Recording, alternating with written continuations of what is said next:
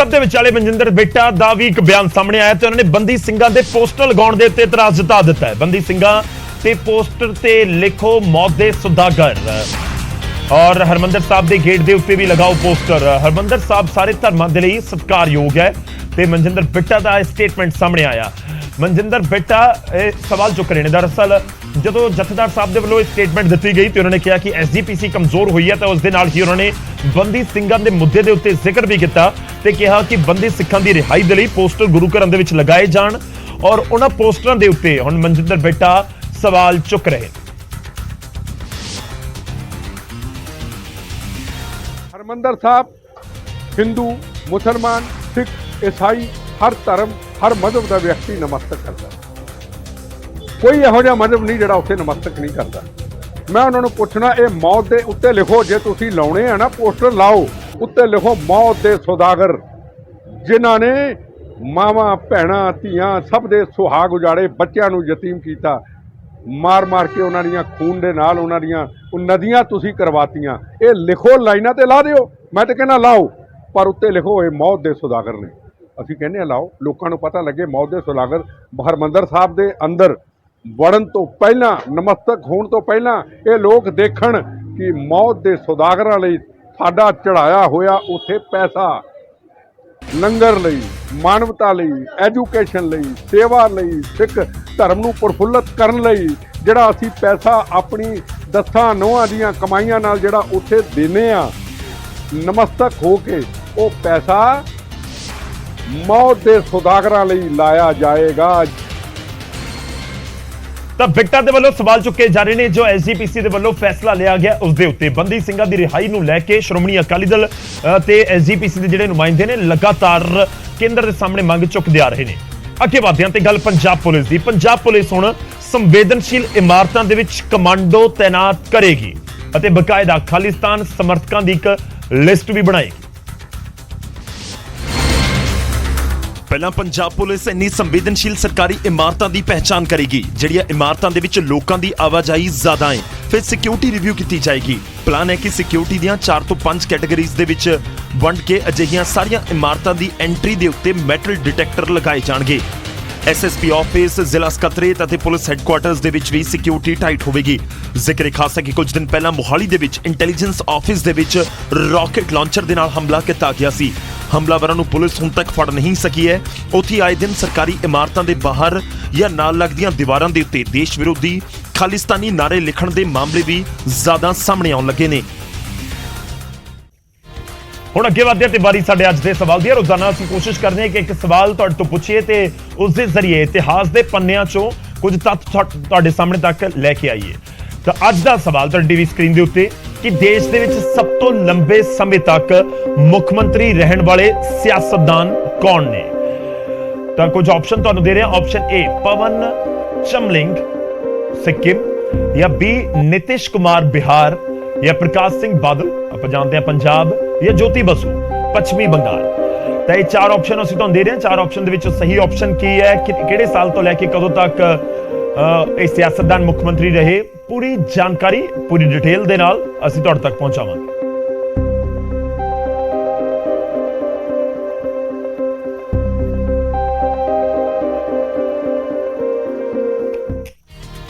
ਤਾਂ ਪ੍ਰੋਗਰਾਮ ਦੇ ਆਖਿਰ ਦੇ ਵਿੱਚ ਦੱਸਾਂਗੇ ਇਸ ਸਵਾਲ ਦਾ ਸਹੀ ਜਵਾਬ ਕੀ ਹੈ। ਹੁਣ ਅੱਗੇ ਵਧਦੇ ਹਾਂ ਤੇ ਗੱਲ 15 ਅਗਸਤ ਦੀ ਆਜ਼ਾਦੀ ਦਿਹਾੜਾ ਨੇੜੇ ਹੈ। ਆਜ਼ਾਦੀ ਦਿਹਾੜੇ ਦੇ ਉੱਤੇ ਪੰਜਾਬ ਨੂੰ 75 ਮੁਹੱਲਾ ਕਲੀਨਿਕ ਮਿਲਣੇ ਨੇ। 75 ਮੁਹੱਲਾ ਕਲੀਨਿਕ ਸ਼ੁਰੂ ਹੋਣ ਜਾ ਰਹੇ ਨੇ। ਮੁੱਖ ਮੰਤਰੀ ਮਾਨ ਬੀਤੇ ਦਿਨੀ ਮੁਹੱਲਾ ਕਲੀਨਿਕ ਦਾ ਦੌਰਾ ਵੀ ਕਰਦੇ ਨਜ਼ਰ ਆਏ ਸੀ, ਪਰ ਮੁਹੱਲਾ ਕਲੀਨਿਕ ਨੂੰ ਲੈ ਕੇ ਵਿਰੋਧੀ ਆਮ ਆਦਮੀ ਪਾਰਟੀ ਤੇ ਸਵਾਲ ਚੁੱਕ ਰਹੇ ਨੇ। ਮੁਹੱਲਾ ਕਲੀਨਿਕ ਸੁਵਿਧਾ ਕੇਂਦਰ ਨੂੰ ਮੋਡੀਫਾਈ ਕਰਕੇ ਬਣਾਏ ਜਾ ਰਹੇ ਨੇ, ਜਿਸ ਨੂੰ ਲੈ ਕੇ ਅਕਾਲੀ ਦਲ ਨੇ ਸਰਕਾਰ ਦੇ ਉੱਤੇ ਗੰਭੀਰ ਇਲਜ਼ਾਮ ਲਗਾਏ ਤੇ RTI ਦਾ ਹਵਾਲਾ ਦੇ ਕੇ ਮੁਹੱਲਾ ਕਲੀਨਿਕ ਦੇ ਨਾਮ ਦੇ ਉੱਤੇ ਕਰੋੜਾਂ ਦੀ ਲੁੱਟ ਦਾ ਇਲਜ਼ਾਮ ਲਗਾਇਆ। ਨਾਲ ਹੀ ਸੁਵਿਧਾ ਕੇਂਦਰਾਂ ਦੇ ਉੱਤੇ ਰੰਗ ਫੇਰਨ ਨੂੰ ਲੈ ਕੇ ਵੀ ਸਵਾਲ ਖੜੇ ਕੀਤੇ ਜਾ ਰਹੇ ਨੇ। ਤੇ ਇਹ ਆਮ ਆਦਮੀ ਪਾਰਟੀ ਨੇ ਉਸ ਸੁਵਿਧਾ ਕੇਂਦਰਾਂ ਦੀ ਬਿਲਡਿੰਗਾਂ ਦੇ ਉੱਤੇ ਰੰਗ ਮਾਰ ਕੇ ਉਹਨਾਂ ਨੂੰ ਮੁਹੱਲਾ ਕਲੀਨਿਕ ਦੇ ਵਿੱਚ ਕਨਵਰਟ ਕੀਤਾ। ਅਸੀਂ ਇਹ ਸਦਾ ਹੀ ਸਵਾਲ ਕਰਦੇ ਹਾਂ ਕਿ ਜਿਹੜੀਆਂ ਫਿਰ ਪਿੰਡਾਂ ਦੇ ਵਿੱਚ ਡਿਸਪੈਂਸਰੀਆਂ ਨੇ ਉਹਨਾਂ ਨੂੰ ਸੁਚਾਰੂ ਰੂਪ ਨਾਲ ਚਲਾ ਲਓ। ਉਧਰ ਕਾਂਗਰਸ ਵੀ ਆਮ ਆਦਮੀ ਪਾਰਟੀ ਨੂੰ ਘੇਰ ਰਹੀ ਹੈ। ਪੰਜਾਬ ਕਾਂਗਰਸ ਦੇ ਪ੍ਰਧਾਨ ਰਾਜਾ ਵੜਿੰਗ ਨੇ ਤੰਜਮਈ ਅੰਦਾਜ਼ ਦੇ ਵਿੱਚ ਟਵੀਟ ਕੀਤਾ ਤੇ ਲਿਖਿਆ ਕਿ ਯਕੀਨਨ ਦੁਨੀਆ ਭਰ ਦੀਆਂ ਸਰਕਾਰਾਂ ਆਮ ਆਦਮੀ ਪਾਰਟੀ ਦੇ ਪੰਜਾਬ ਮਾਡਲ ਦੀ ਨਕਲ ਕਰਨਾ ਚਾਹੁੰਦੀਆਂ ਹੋਣਗੀਆਂ। ਕਲੀਨਿਕ ਦੀ ਲਾਗਤ 5 ਲੀਟਰ ਪੇਂਟ, 2 ਪੇਂਟਰ, ਪਹਿਲਾਂ ਤੋਂ ਬਣੀ ਸਰਕਾਰੀ ਇਮਾਰਤ। ਇਸ ਸਭ ਤੋਂ ਵੱਧ ਪਾਰਟੀ ਦੇ ਨਾਮ ਤੇ ਕਲੀਨਿਕ। ਆਮ ਤੌਰ ਤੇ ਕਲੀਨਿਕ ਦਾ ਨਾਮ ਪਿੰਡ ਦੇ ਨਾਮ ਦੇ ਉੱਤੇ ਰੱਖਿਆ ਜਾਂਦਾ ਹੈ, ਪਰ ਇਸ਼ਤਿਹਾਰ ਦੀ ਭੁੱਖੀ ਸਰਕਾਰ ਦੇ ਵਿੱਚ ਨਹੀਂ। ਸਰਕਾਰ ਤੇ ਇਲਜ਼ਾਮ ਲੱਗ ਰਹੇ ਨੇ ਤਾਂ ਸਰਕਾਰ ਇਸ ਨੂੰ ਵਿਰੋਧੀਆਂ ਦੀ ਸਾਜ਼ਿਸ਼ ਦੱਸ ਰਹੀ ਹੈ ਤੇ ਪਲਟਵਾਰ ਵੀ ਕਰ ਰਹੀ ਹੈ।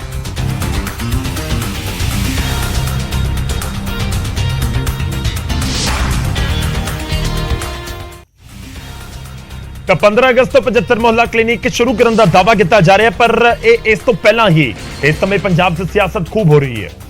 ਅੱਗੇ ਵਧਦੇ ਤੇ ਗੱਲ ਸਰਕਾਰੀ ਹਸਪਤਾਲ ਦੀ ਕਰਾਂਗੇ। ਸਰਕਾਰੀ ਹਸਪਤਾਲ ਮੋਰਿੰਡਾ ਦੇ ਵਿੱਚ, ਰੋਪੜ ਜ਼ਿਲ੍ਹੇ ਦੇ ਵਿੱਚ ਪੈਂਦਾ ਕਸਬਾ ਮੋਰਿੰਡਾ ਦੇ ਵਿੱਚ ਸਿਹਤ ਮੰਤਰੀ ਉੱਥੇ ਪਹੁੰਚ ਗਏ, ਪਰ ਹਸਪਤਾਲ ਦੀ ਹਾਲਤ ਦੇਖ ਕੇ ਮੰਤਰੀ ਸਾਹਿਬ ਦਾ ਗੁੱਸਾ 7ਵੇਂ ਅਸਮਾਨ ਤੇ ਪਹੁੰਚ ਗਿਆ। ਸਰਕਾਰੀ ਹਸਪਤਾਲ ਦੇ ਅਧਿਕਾਰੀ ਹੱਥ ਦੇ ਵਿੱਚ ਗੁਲਦਸਤਾ ਲੈ ਕੇ ਸਿਹਤ ਮੰਤਰੀ ਚੌੜਾ ਮਾਜਰਾ ਦਾ ਸਵਾਗਤ ਕਰਨ ਦੇ ਲਈ ਖੜੇ ਸਨ, ਪਰ ਜਦੋਂ ਮੰਤਰੀ ਸਾਹਿਬ ਹਸਪਤਾਲ ਆਏ ਤਾਂ ਉਹਨਾਂ ਨੇ ਗੁਲਦਸਤਾ ਤਾਂ ਬਾਅਦ ਦੇ ਵਿੱਚ ਫੜਿਆ, ਪਹਿਲਾਂ ਐਸਡੀਐਮ ਅਤੇ ਅਧਿਕਾਰੀਆਂ ਨੂੰ ਝਾੜ ਪਾ ਦਿੱਤੀ। ਕੋਈ ਸਾਡੇ ਕੋਲ ਸਫਾਈ ਸੇਵਕ ਹੈ ਸਰ ਮੇਰੀ ਬੇਨਤੀ ਹੈ ਨਗਰ ਕੌਂਸਲ ਤੋਂ ਲਓ, ਐਸਡੀਐਮ ਸਾਹਿਬ ਤੁਹਾਡੇ ਲਵੇ ਖੜੇ, ਉਹਨਾਂ ਨੂੰ ਕਹੋ ਬਦਲਵੇਂ ਪ੍ਰਬੰਧ ਕਰਕੇ ਦੇਣਗੇ। ਦਰਅਸਲ ਮੰਤਰੀ ਸਾਹਿਬ ਦੇ ਗੁੱਸੇ ਦੀ ਵਜ੍ਹਾ ਹਸਪਤਾਲ 'ਚ ਬਣੇ ਰੂੜੀ ਵਰਗੇ ਹਾਲਾਤ ਸੀ, ਜਿੱਥੇ ਪਲੇਟਾਂ ਦੇ ਢੇਰ ਲੱਗੇ ਹੋਏ ਨੇ, ਸਫਾਈ ਦਾ ਕੋਈ ਇੰਤਜ਼ਾਮ ਨਹੀਂ ਤੇ ਨਾ ਹੀ ਉੱਥੇ ਘਾਹ ਵੱਢਿਆ ਗਿਆ ਹੈ। ਤੁਸੀਂ ਆਪ ਹੀ ਦੇਖੋ ਇਹਨੂੰ ਕੌਣ ਕਹੂਗਾ ਵੀ ਚੱਕਿਆ ਜਾਊਗਾ 1:30 ਵਜੇ, ਤਾਂ ਐਂ ਲੱਗਦਾ ਜਿਵੇਂ ਹਸਪਤਾਲ 'ਚ ਲੋਕ ਤਾਂ ਬਿਮਾਰੀਆਂ ਦੂਰ ਕਰਨ ਦੇ ਲਈ ਆਉਂਦੇ ਨੇ, ਪਰ ਸਾਬਕਾ ਮੁੱਖ ਮੰਤਰੀ ਦੇ ਜ਼ਿਲ੍ਹੇ ਦਾ ਸਰਕਾਰੀ ਹਸਪਤਾਲ ਬਿਮਾਰੀਆਂ ਨੂੰ ਕਿਤੇ ਨਾ ਕਿਤੇ ਸੱਦਾ ਦੇ ਰਿਹਾ ਹੈ।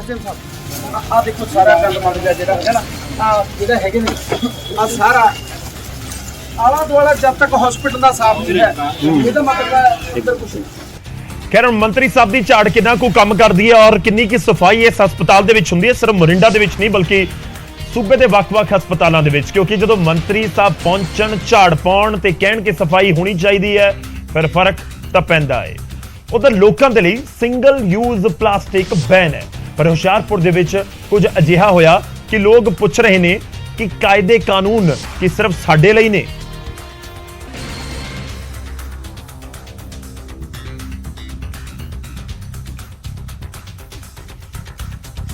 ਪਹਿਲੀ ਜੁਲਾਈ ਤੋਂ ਕੇਂਦਰ ਤੇ ਵਾਤਾਵਰਣ ਮੰਤਰਾਲੇ ਨੇ ਸਿੰਗਲ ਯੂਜ਼ ਪਲਾਸਟਿਕ ਤੇ ਬੈਨ ਲਗਾ ਦਿੱਤਾ ਹੋਇਆ ਹੈ। ਇਹ ਸਿੰਗਲ ਯੂਜ਼ ਭਾਵੇਂ ਲਿਫਾਫੇ ਹੋਣ ਜਾਂ ਫਿਰ ਡਿਸਪੋਜ਼ੇਬਲ ਪਲੇਟਾਂ, ਗਲਾਸ ਚਮਚੇ ਹੋਣ ਜਾਂ ਫਿਰ ਕੁਝ ਹੋਰ, ਇੱਕ ਵਾਰ ਵਰਤਿਆ ਜਾਣ ਵਾਲਾ ਪਲਾਸਟਿਕ ਬੈਨ ਹੈ। ਇਹ ਸਭ ਪਹਿਲੀ ਜੁਲਾਈ ਤੋਂ ਕੇਂਦਰ ਨੇ ਬੈਨ ਕਰ ਰੱਖਿਆ ਹੈ। ਪੰਜਾਬ ਸਰਕਾਰ ਨੇ ਵੀ ਬਕਾਇਦਾ ਨੋਟਿਸ ਜਾਰੀ ਕੀਤਾ, ਦੁਕਾਨਦਾਰਾਂ ਦੇ ਚਲਾਨ ਵੀ ਹੋਏ, ਪਰ ਪੰਜਾਬ ਦੇ ਕੈਬਨਿਟ ਮੰਤਰੀ ਖੁਦ ਇਸ ਰੂਲ ਨੂੰ ਅਣਦੇਖਾ ਕਰਦੇ ਹੋਏ ਦਿਖੇ।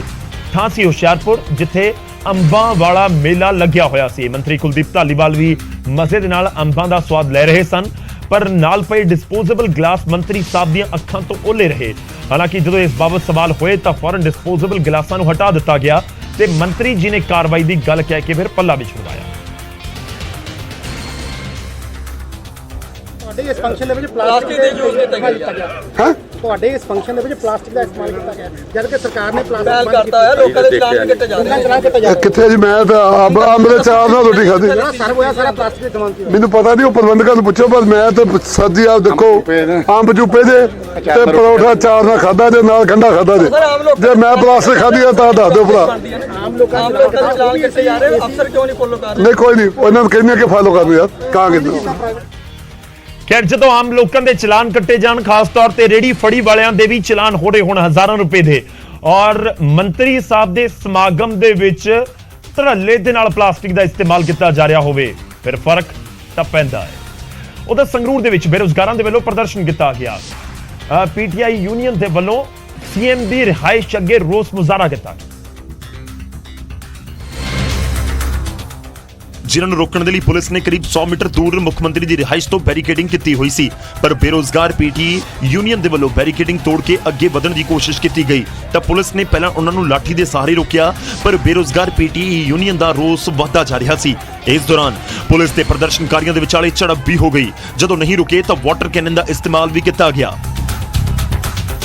ਐਦਾਂ ਪਾਲੇ ਅਸੀਂ ਹੁਣ ਉੱਠ ਕੇ ਜਾਵਾਂਗੇ। ਜਿਹੜੇ ਕਹਿੰਦੇ ਸੀ ਟੈਂਕੀ ਤੋਂ ਉੱਤਰ ਜੋ ਸਭ ਤੋਂ ਪਹਿਲਾਂ ਰੁਜ਼ਗਾਰ ਦੇਵਾਂਗੇ, ਹੁਣ ਇਹ ਉਹੀ ਭਗਵੰਤ ਮਾਨ ਨੇ ਜਿਹੜੇ ਬੱਚਿਆਂ ਦੇ ਲਾਸ਼ਾਂ ਪਾ ਰਹੇ ਨੇ, ਪੈਟਰੋਲ ਪਵਾ ਰਹੇ ਨੇ। ਵਰਦੇ ਪਾਣੀ ਦੇ ਵਿੱਚ ਵੀ ਬੇਰੋਜ਼ਗਾਰ ਵਰਕਰ ਨਹੀਂ ਰੁਕੇ। ਜਿਵੇਂ ਜਿਵੇਂ ਪਾਣੀ ਦੀਆਂ ਬਛਾਣਾ ਤੇਜ਼ ਹੋ ਰਹੀਆਂ ਸਨ, ਉਵੇਂ ਉਵੇਂ ਪ੍ਰਦਰਸ਼ਨਕਾਰੀਆਂ ਦੇ ਨਾਅਰੇ ਵੀ ਤੇਜ਼ ਹੁੰਦੇ ਨਜ਼ਰ ਆ ਰਹੇ ਸੀ।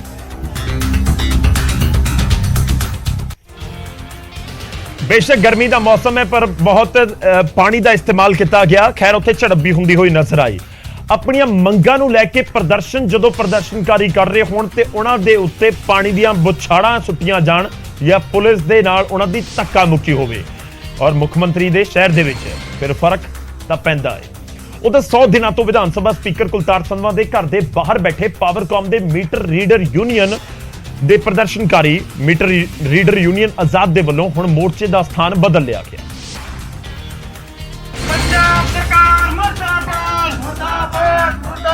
यह मोर्चा हुण जंडियाला गुरु दे विच बिजली मंत्री के दफ्तर के बाहर लगाया गया है। उही नारे उही लोग बस हुण थां बदल गई है ते उसे तरह टेंट लगाया गया। हरभजन सिंह ईटीओ के दफ्तर के अगे मीटर रीडर यूनियन ਦੇ ਆਗੂ ਧਰਨੇ ਤੇ ਬੈਠ ਗਏ। ਜੇ ਸਾਨੂੰ ਇਹ ਬਿਲਿੰਗ ਮਹਿਕਮੇ ਥਰੂ ਕਰਾਉਂਦੇ ਆ ਕਿਉਂਕਿ ਸਾਡੀ ਪੱਕੇ ਹੋਣ ਦੀ ਮੰਗ ਨਹੀਂ, ਅਸੀਂ ਸਿਰਫ ਇਹੀ ਕਹਿੰਦੇ ਆ ਭਾਵੇਂ ਸਾਨੂੰ ਠੇਕੇ ਦੇ ਆਧਾਰ ਤੇ ਭਾਵੇਂ ਡੇਲੀ ਬੇਸ ਤੇ ਆਧਾਰ ਤੇ ਉਹ ਸਾਨੂੰ ਮਹਿਕਮੇ ਦੇ ਥਰੂ ਬਿਲਿੰਗ ਕਰਾਈ ਜਾਵੇ। ਇਹਦੇ ਵਿੱਚ ਸਾਨੂੰ ਵੀ ਫਾਇਦਾ ਹੋਊਗਾ, ਜਿਹੜੀ ਸਾਡੀ ਸਮੇਂ ਸਿਰ ਤਨਖਾਹ ਆਊਗੀ। ਪ੍ਰਦਰਸ਼ਨਕਾਰੀਆਂ ਦਾ ਇਲਜ਼ਾਮ ਹੈ ਕਿ ਜਦੋਂ ਸਪੀਕਰ ਸਾਹਿਬ ਦੇ ਘਰ ਬਾਹਰ ਬੈਠੇ ਸਾਂ ਤਾਂ ਉਹਨਾਂ ਨੇ ਪੱਕਾ ਕਰਨ ਦਾ ਵਾਅਦਾ ਕੀਤਾ ਸੀ ਪਰ ਉਹਨਾਂ ਨੇ ਵਾਅਦਾ ਪੂਰਾ ਨਹੀਂ ਕੀਤਾ ਤੇ ਨਾ ਹੀ ਤਨਖਾਹ ਵਧਾਈ। ਸਾਡੀ ਇੱਕ ਵਾਰੀ ਮੀਟਿੰਗ ਬਿਜਲੀ ਮੰਤਰੀ ਸਾਹਿਬ ਨਾਲ, 2 ਵਾਰੀ ਇੱਥੇ ਜੰਡਿਆਲੇ ਗੁਰੂ ਮੀਟਿੰਗ ਹੋਈ ਆ ਤੇ ਇੱਕ ਵਾਰੀ ਸਾਡੀ ਮੋਹਾਲੀ PSTCL ਦੇ ਆਫਿਸ ਉੱਥੇ ਮੀਟਿੰਗ ਹੋਈ ਆ। ਉੱਥੇ ਵੀ ਸਾਨੂੰ ਕੋਈ ਮਤਲਬ ਕਿਸੇ ਨੇ ਕੋਈ ਭਰੋਸਾ ਤੱਕ ਕੀ, ਉੱਥੇ ਵੀ ਸਾਨੂੰ ਸਾਫ਼ ਇਨਕਾਰ ਕਰਤਾ, ਤੁਹਾਡਾ ਅਜੇ ਕੰਮ ਨਹੀਂ ਬਣ ਸਕਦਾ, ਲਾਰੇ ਲੱਪੇ ਇਦਾਂ। ਮੀਟਰ ਰੀਡਰਾਂ ਦਾ ਕਹਿਣਾ ਹੈ ਕਿ ਜਿਸ ਨਿੱਜੀ ਕੰਪਨੀ ਦੇ ਵਿੱਚ ਉਹ ਕੰਮ ਕਰਦੇ ਨੇ ਉੱਥੋਂ ਵੀ ਜਵਾਬ ਦੇ ਦਿੱਤਾ ਗਿਆ ਹੈ ਤੇ ਹੁਣ ਉਹਨਾਂ ਦੇ ਕੋਲ ਕੋਈ ਰੋਜ਼ਗਾਰ ਨਹੀਂ। यार दावा किया जा रहा है प्रदर्शनकारियों के वलों कि सानू तो वादा किया गया कि तुहानू नौकरी मिलेगी। खैर वादे के विचाले यह भी होया जो इन्हों का दावा है कि उन्होंने तो रोजगार चला गया। जिस प्राइवेट कंपनी लिए काम कर रही थी उस कंपनी ने भी हुण इन्हों कढ़ दिता है। तो रोजी रोटी का सवाल बहुत बड़ा है और इस विचाले हुण सरकार की एक्शन लैंदी है देखना होगा। उधर साबका कांग्रेस मंत्री संगत सिंह गिलजियां की गिरफ्तारी से 13 सितंबर तक रोक लगा दी गई। पिछली सुनवाई ਦੇ ਵਿੱਚ ਹਾਈ ਕੋਰਟ ਨੇ ਸਰਕਾਰ ਤੋਂ ਕੇਸ ਦੀ ਸਟੇਟਸ ਰਿਪੋਰਟ ਮੰਗਦੇ ਹੋਏ ਗ੍ਰਿਫਤਾਰੀ ਦੇ ਉੱਤੇ 25 ਜੁਲਾਈ ਤੱਕ ਰੋਕ ਲਗਾ ਦਿੱਤੀ ਸੀ।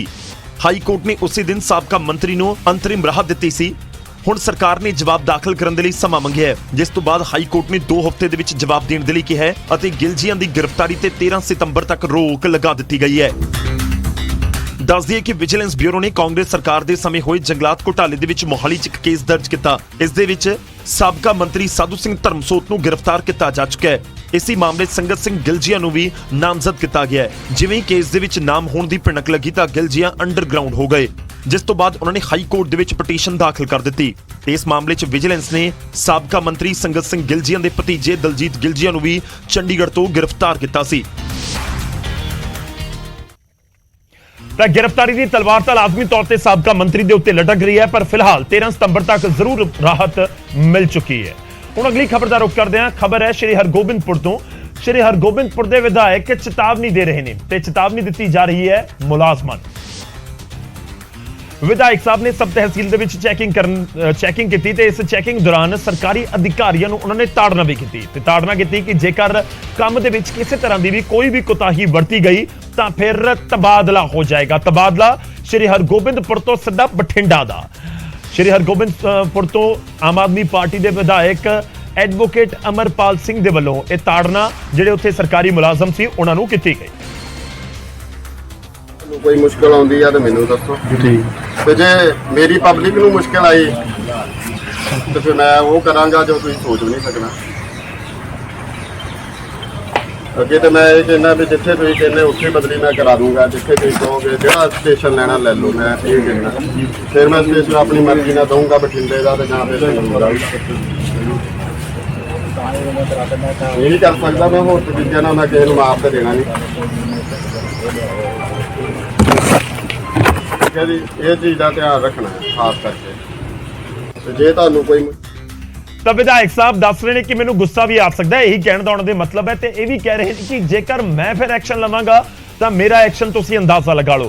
खैर बदली भी करवा देंगे ने विधायक साहब, ये भी उन्होंने वालों तर्क दिता जा रहा है कि बोलो बदली चाहिए कितने है पर काम जरूर तुसीं करते रहो। खैर जो विधायक साहब सख्त लहजे दे विच चेतावनी देण सरकारी मुलाजमां नूं फिर फर्क तो पैंदा है। उधर फिरोजपुर पुलिस के एक इंस्पैक्टर और 2 कांस्टेबल नूं बर्खास्त कर दिता गया। ਕਿ ਫਿਰੋਜ਼ਪੁਰ ਦੇ ਵਿੱਚ ਕੁਝ ਦਿਨ ਪਹਿਲਾਂ 2 ਨਸ਼ਾ ਤਸਕਰਾਂ ਨੂੰ 1 ਕਿਲੋ ਹੈਰੋਇਨ ਅਤੇ 5 ਲੱਖ ਦੀ ਡਰੱਗ ਮਨੀ ਦੇ ਨਾਲ ਗ੍ਰਿਫਤਾਰ ਕੀਤਾ ਗਿਆ ਸੀ। ਪਰ ਇਲਜ਼ਾਮ ਨੇ ਕਿ ਇਹਨਾਂ ਨਸ਼ਾ ਤਸਕਰਾਂ ਦੇ ਕੋਲੋਂ 86 ਲੱਖ ਰੁਪਏ ਸਨ ਜੋ 5 ਲੱਖ ਰਹਿ ਗਏ।